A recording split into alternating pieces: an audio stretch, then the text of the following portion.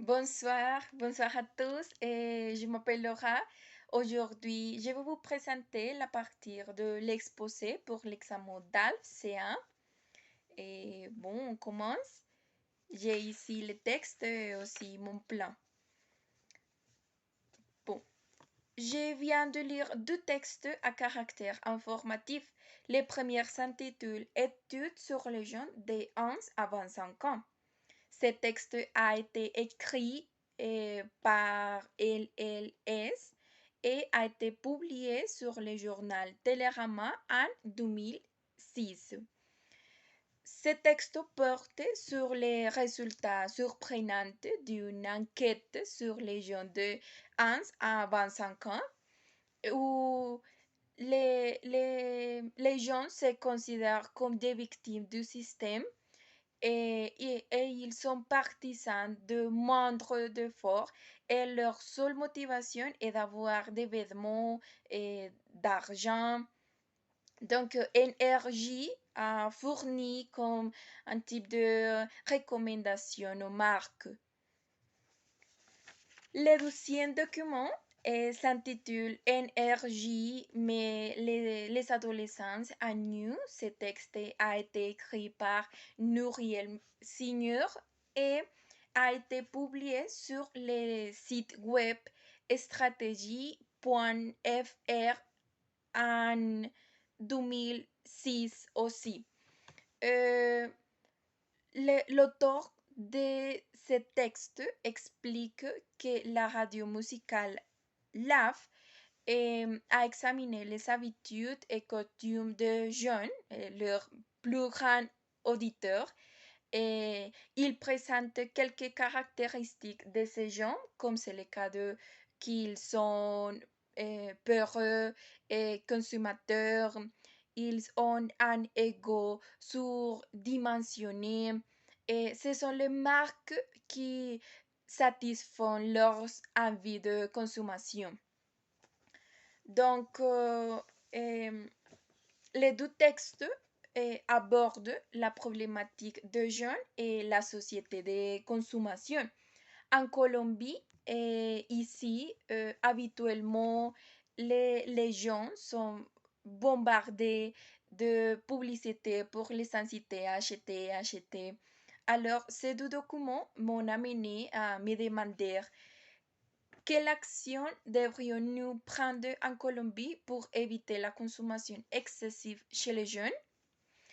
Et alors, donc, pour répondre à ces questions, d'un côté, je vais déterminer les causes de cette problématique en Colombie, ici, et d'un autre côté, je ferai référence aux les conséquences et quelques possibles solutions aussi.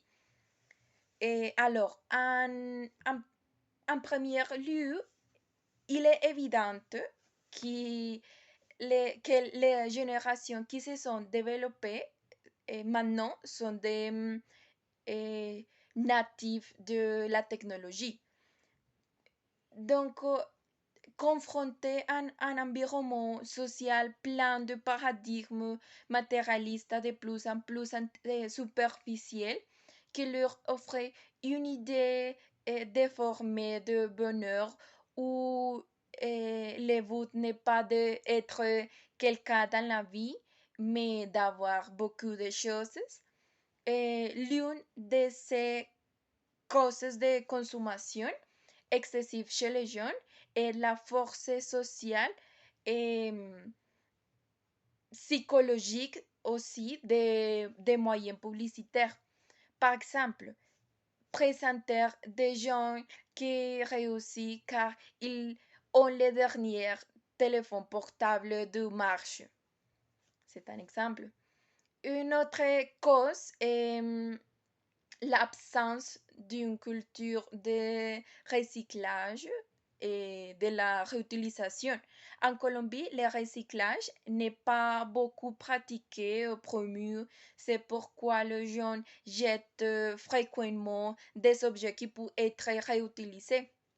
Donc, Maintenant, on passe à un deuxième lieu.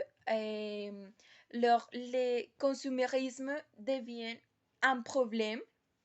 Tout à fait. Les gens sont touchés dans tous les domaines et à tous les niveaux. Oui. Parmi les principales conséquences figurent les problèmes de santé tels que l'anxiété.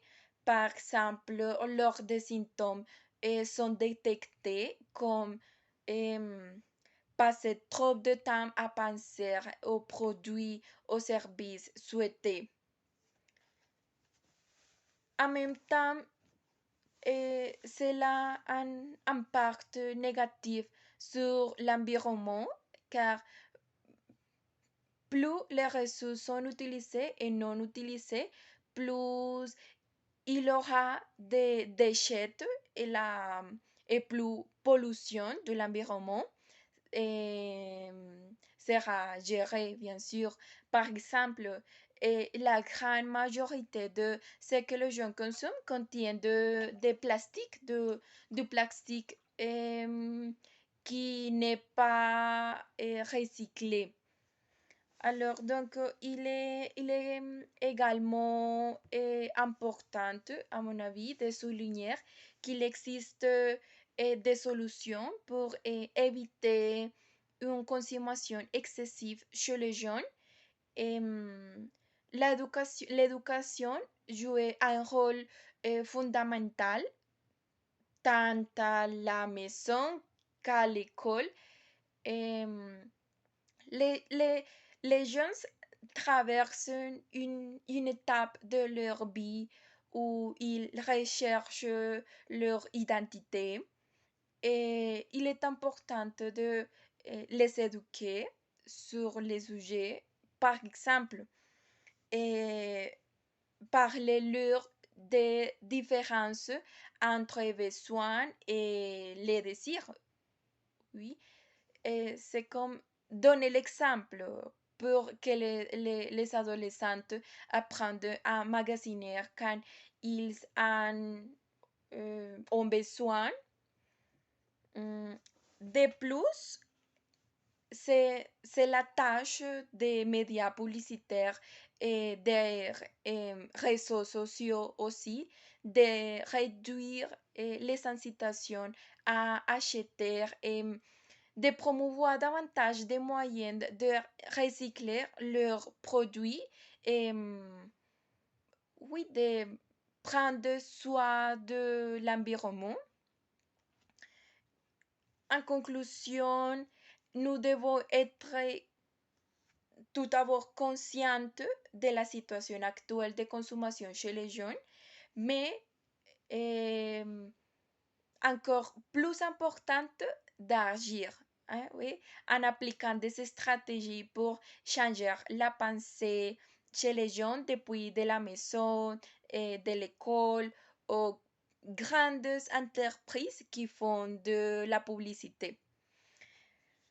En vue d'élargir les débats, il conviendrait de se demander euh, quelle autre solution nous devons appliquer pour diminuer la consommation excessive chez les jeunes.